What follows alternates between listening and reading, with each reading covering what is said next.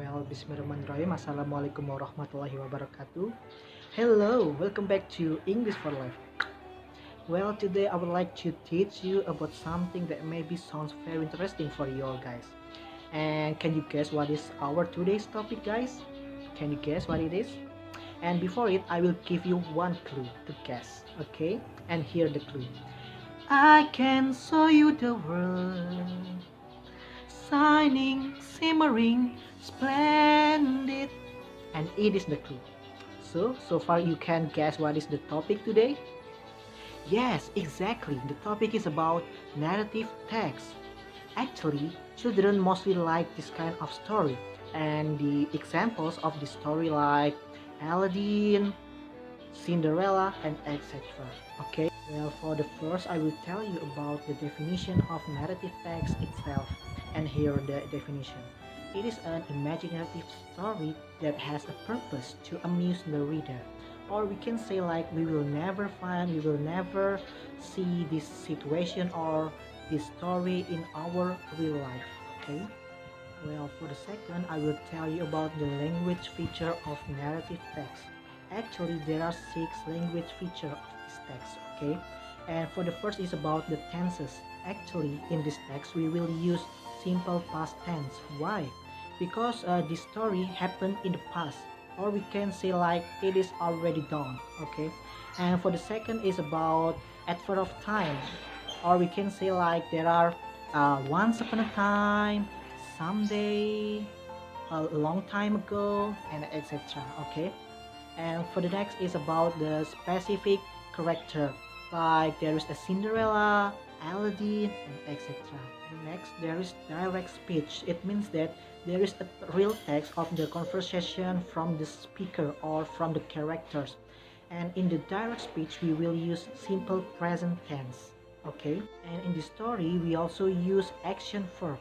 Action verb is a verb that have a movement, okay? And for the example, there are walk, jump, and climb, and etc. Okay. In this text, we also use conjunction to connect every sentence from the text, like suddenly, when, after, and etc. And for the third, I will tell you about the generic structure of the narrative text. And for the first is about orientation. Actually, in this part, we will introduce the character, we will introduce about the setting of place, setting of time, and something like that, okay? And for the second structure is about complication, or we can say like there is a problem inside the story, You have to remember that every narrative text must have a problem inside it. For the third structure is about resolution. In this case, resolution means when the problem is solved. Even the ending is about a sad ending or happy ending, it depends on the story. And for the last structure is about Coda. Coda means is the moral value that we can take from the story, or a good things that we can take from the story. Okay. Well, after you have got a good understanding in narrative text, so now let's practice it together.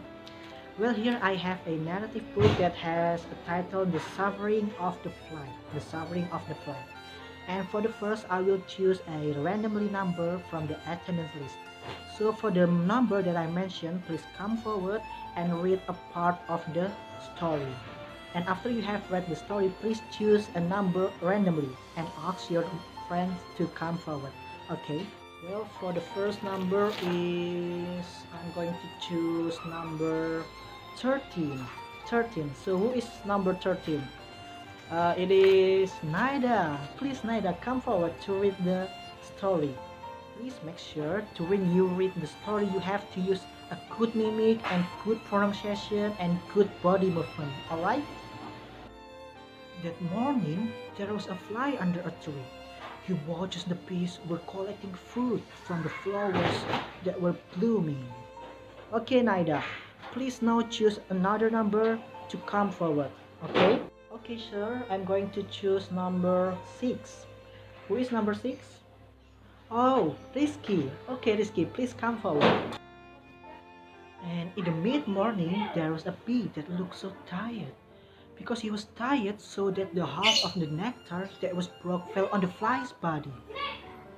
Well, the students can continue the story until the end of the number. Okay? The purpose of this practice is to make the students become confident and has a good pronunciation in English.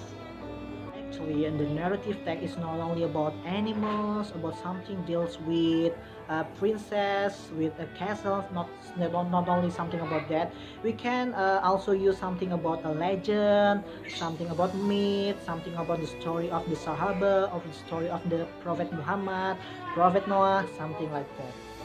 For the example on the story of Prophet Noah, there is no one who believed him that there will be a flood, a big flood. Okay, so he made a big ship to save the people, to save animals, but there are just animals who believe that there will be a flood, a big flood. So that's gonna be all for the lesson today. Hope it helps for you all guys. So I'm so sorry if I have some mistakes. The last I say, Nun wal kolam yawma yasturun, fastabihul khairat. Wassalamualaikum warahmatullahi wabarakatuh. Bye bye.